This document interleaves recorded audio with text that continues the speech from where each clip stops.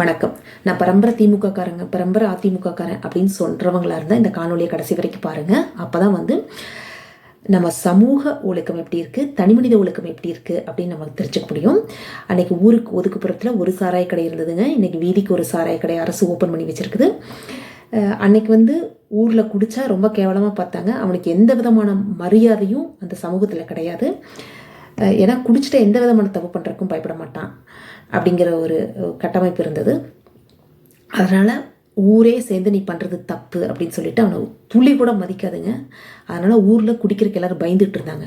அப்படியே நிலமை மாறி போய் இன்னைக்கு குடிக்கலைன்னா கேட்கலாம், என்ன நீ குடிக்க மாட்டியா, நான் சோஷியல் ட்ரிங்கர் அப்படின்னு சொல்கிறது எனக்கு பெருமையாக இருக்குது. ஒரு தப்பை எப்படி நார்மலைஸ் பண்ணுறாங்க அப்படின்னு பாருங்கள். ஏன்னா நம்ம எல்லாருமே குடிக்க ஆரம்பிச்சிட்டோம்னா குடிக்கிற தப்பு அப்படின்னு நம்ம யாரும் சொல்ல மாட்டோம்ல.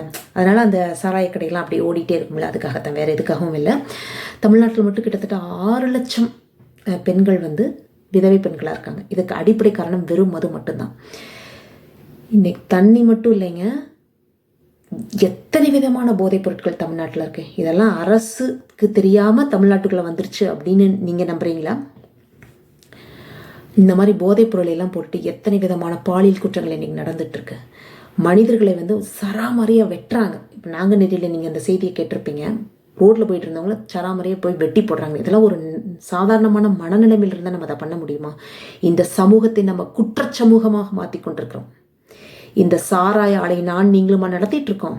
யார் நடத்துகிறாங்க அப்படிங்கிற கேள்விக்கான பதிலை நான் உங்ககிட்டே விடுறேன்.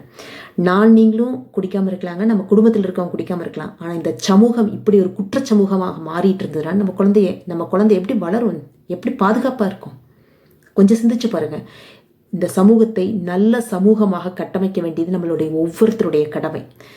எந்த ஒரு அரசாங்கம் நான் வந்தால் டாஸ்மாகை ஒழிப்பேன் அப்படின்னு சொல்லுதோ அந்த அரசாங்கத்துக்கு நீங்கள் ஓட்டு போடுங்க. எனக்கு தெரிஞ்சு நாம் தமிழர் கட்சி மட்டும்தான் நான் வந்தால் டாஸ்மாக் ஒழிப்புன்னு சொல்லுது. ஒரே ஒரு தடவை உங்களுடைய வாக்கை உங்கள் குழந்தைக்காக நாம் தமிழர் கட்சி விவசாய சின்னத்தில் போடுங்க. நன்றி, வணக்கம்.